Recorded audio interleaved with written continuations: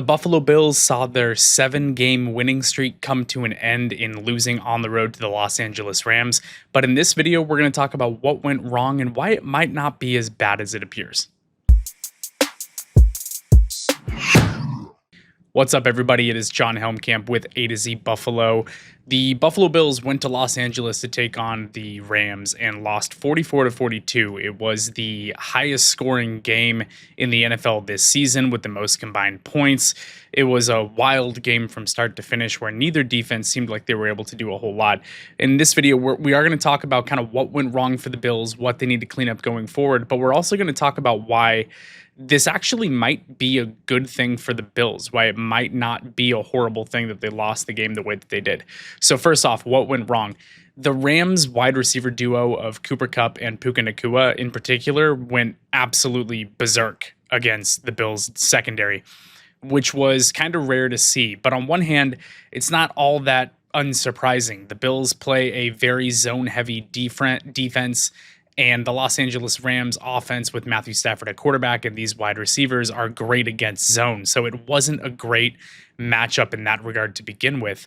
But even outside of that, Kupp and Nacua made countless phenomenal catches throughout the course of this game. The ball just kept seeming to bounce their way. They made every tough catch, it seemed like. Every ball that was thrown their way, they were able to come down with, which is an unusual set of circumstances to go against. Typically, you're not going to see a team make every play, every opportunity. The defense is going to get theirs. It just didn't end up happening in this game.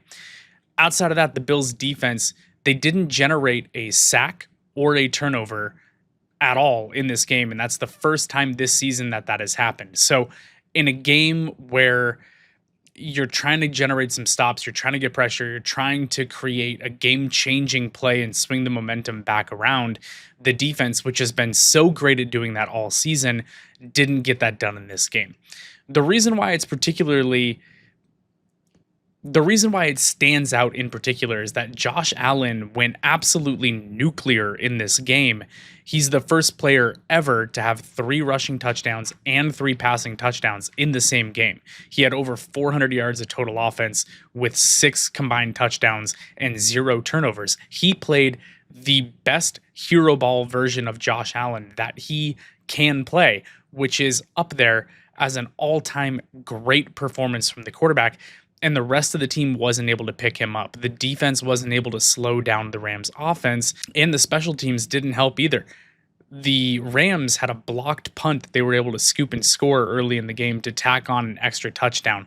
The Rams had basically everything go right where the Bills weren't able to capitalize on what they typically can, while Josh Allen played the absolute game of his life, and the Rams were still only able to win by 2 points, 44-42. So that's my big takeaway in this video. Yes, the Rams were able to win, but they had to play basically a flawless game, get incredibly lucky in terms of the ball bouncing their way, generate a rare special teams touchdown that you wouldn't expect a team to be able to make on any given week, hold a Bills defense that is so opportunistic at creating turnovers and sacks to a goose egg in the stat sheet in both of those columns. So for the Bills and Bills fans, I think you walk away with this saying it took a perfect game on the other side and for a lot of things to go wrong on our side for the other team to come away with a win. So I feel like it's in some way an encouraging loss, which sounds like an oxymoron because moral victories don't count in the win-loss column, and I understand that fully. And with the Kansas City Chiefs on Sunday Night Football, once again scrounging up a miraculous last-second victory on a doinked-in field goal, it means that the number 1 seed in the AFC, which is the next goal, is getting a little bit further out of reach. But for the Bills, I think you walk away from this game saying it was a weird game where a lot of stuff didn't go our way and it was still down to the wire close. So let me know your thoughts on this Bills loss on the road in the comments down below. And we're going to start looking ahead to next week's matchup in Detroit against the Detroit Lions. So stay tuned for plenty more content coming your way. I'll catch you guys next time.